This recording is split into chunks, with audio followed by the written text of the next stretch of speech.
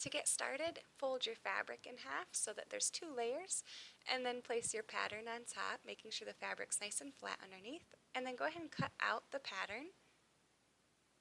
Make sure you get through both layers. I had to use my scissors at the end because I ran out of space on my cutting board.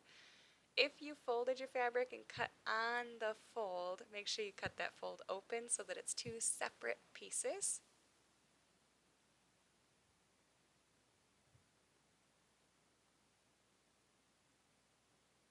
Before we get too far into this, make sure you hit that subscribe button so you don't miss out on future videos. And then my fabric had a right and a wrong side, so if yours does, make sure that you put the right sides together. Next, we're going to need some elastic. I used 1/8 inch elastic. It's really stretchy, really thin. You need about 3 inches. And then take that elastic and fold it in half so that it creates a loop on one end. So now you're going to stick this in between the 2 layers on the hat or on the hair wrap. This is on the smaller of the 2 ends. You want to stick this about 2 inches from the edge. That way it doesn't get sucked into the hem when we do the hem. And pin it so that the loop you created is inside the 2 layers and the 2 little legs sticking out at the other end of the loop are on the outside of the fabric now. So make sure you smooth your fabric back out so everything lines up really well, and go ahead and sew around the curved edge. Now that that's attached, you can turn that right side out and the elastic is sticking out on the outside where we want it.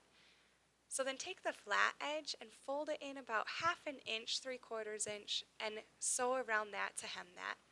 So now it's just about done. All we have to do is add on a button. So now on the bigger curved end, opposite of that elastic, you want to sew a button on here. To hand sew it, you just tie 2 ends of the thread together once it's on the needle.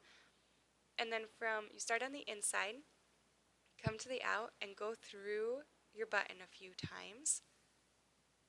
And then back through the fabric a couple times. You want to make sure this is really, really secure. So through the fabric and then through the button. And then come back to the wrong side of the fabric, put your needle through it there to create a loop, and then stick your needle through that loop to make a knot. And I like to do that 3 or 4 times to really make sure that knot is secure before I cut off my loose threads. And there you go! To use this, put the wider end on top of your head, tuck your hair into the long, skinnier part, twist that up, and then grab that elastic loop and put it around the button.